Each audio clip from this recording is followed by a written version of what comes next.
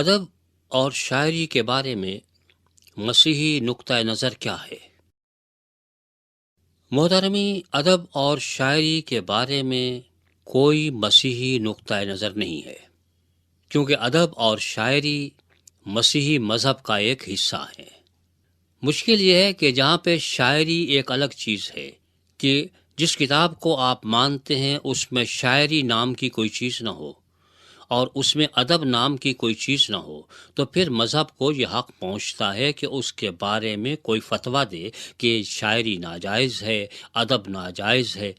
لیکن یہاں تو کلام اللہ میں شاعری بھی ہے، یہاں پہ ادب بھی ہے، یہاں پر نثر بھی ہیں، یہاں پہ کہانیاں بھی ہیں، اور یہاں پہ دنیا بھر کی وہ تمام اصناف سخن موجود ہیں، امثال بھی ہیں، تماثیل بھی ہیں، سب کچھ ہے۔ تو ظاہر ہے کہ مسیحی نقطہ نظر ادب اور شاعری کے بارے میں اس کے علاوہ اور کیا ہو سکتا ہے کہ یہ بھی پروردگار عالم کی تعریف کرنے کا ایک وسیلہ ہے۔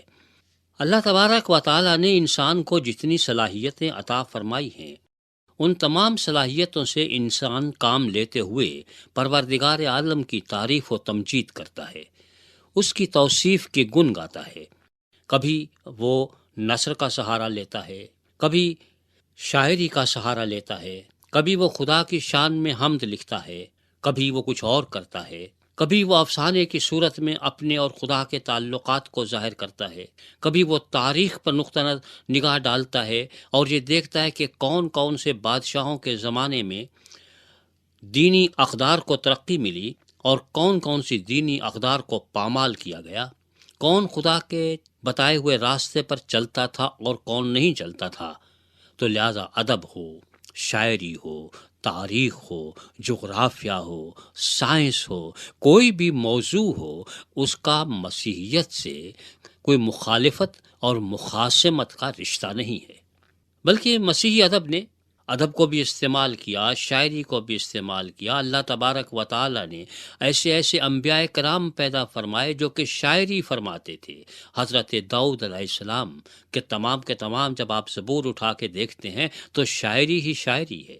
حضرت سلیمان علیہ السلام نے جو امثال کی کتاب مرتب فرمائی ہے، آپ اس کو دیکھیں تو اس میں شاعری ہی شاعری ہے۔ اور بہت سارے انبیاء کرام ہیں جن کا کلام شاعری کی صورت میں ہے، تو پھر مسیحیت کس طرح سے شاعری کے خلاف بول سکتی ہے؟ لیکن ایک بات ضرور ذہن میں رہے کہ شاعری کی بھی مختلف قسمیں ہیں۔ ایک وہ شاعری ہے جو ان حدود میں رہ کے کی جاتی ہے کہ جو مذہب نے متعین کی ہیں، کہ آپ پروردگار عالم کی تعریف فرما رہے ہیں، آپ مناظر فطرت کے بارے میں کہہ رہے ہیں، آپ انسان اور خدا کے رشتے پہ نظر دوڑا رہے ہیں، آپ تاریخ عالم کا مطالعہ کر رہے ہیں، تو ظاہر ہے کہ اس شاعری کو تو برا نہیں کہا جا سکتا۔ لیکن اگر بدقسمتی سے اس شاعری کے ذریعے سے آپ جنسی ہیجانات کو ابھاریں تو ظاہر ہے کہ وہ صرف اس لیے غلط نہیں ہے کہ شاعری ہے، بلکہ اس لیے غلط ہے کہ کسی کے جنسی ہیجانات کو ابھارنا غلط ہے۔ یا یوں سمجھ لیجئے کہ شاعری ایک وسیلہ ہے جس کے ذریعے سے آپ اپنے خیالات کا اظہار کرتے ہیں۔ یہ وہ چاقو ہے جو آپ کے ہاتھ میں ہے۔ اب آپ کی اپنی مرضی ہے کہ آپ اس چاقو سے سبزی کاٹ لیں یا کسی کا گلا کاٹ دیں۔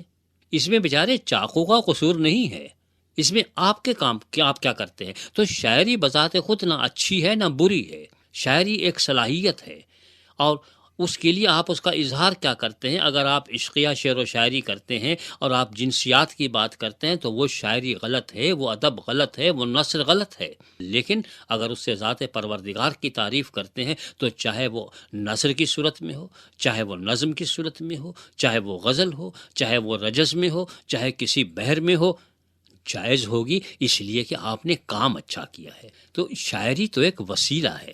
تو ادب اور شاعری کے بارے میں مسیحی نقطہ نظر یہ ہے کہ کوئی بھی اظہار کا ذریعہ برا نہیں، بشرطے کہ جن خیالات کا آپ اظہار فرما رہے ہیں وہ اچھے ہوں۔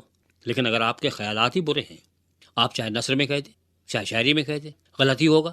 اب آپ یوں دیکھ لیجئے کہ اگر آپ کسی کو سیدھی سادہ نثر میں سلیس قسم کی گالی دے دیں تو کیا وہ جائز ہو جائے گی صرف اس لیے کہ آپ نے شعر سنا کے اس آدمی کی بے عزتی نہیں کی؟ آپ شعر سنا کے بے عزتی کریں، یا نثر سنا کے بے عزتی کریں تو بے عزتی ہی ہوتی ہے، غلط کام تو غلط کام ہی ہوتا ہے۔ ادب اور شاعری کا انسان کے جذبات کے ساتھ تعلق ہے، اس لیے آپ کو ایک بڑی عجیب و غریب بات دکھائی دے گی۔ آپ کو شاعر تقریباً دنیا کے ہر ایک کام سے تعلق رکھنے والے لوگ مل جائیں گے۔ آپ دیکھیں گے کہ صاحب وکیل ہیں اور شاعری کرتے ہیں اور ادیب بھی ہیں، جج ہیں شاعری کرتے ہیں اور ادیب بھی ہیں، اور بہت قابل قسم کے ہیں۔ آپ یہ دیکھیں گے کچھ ایسے لوگ بھی ہیں جو کہ لسانیات کے ماہر ہیں، شاعری بھی کرتے ہیں اور ادب بھی بہت اچھا لکھتے ہیں۔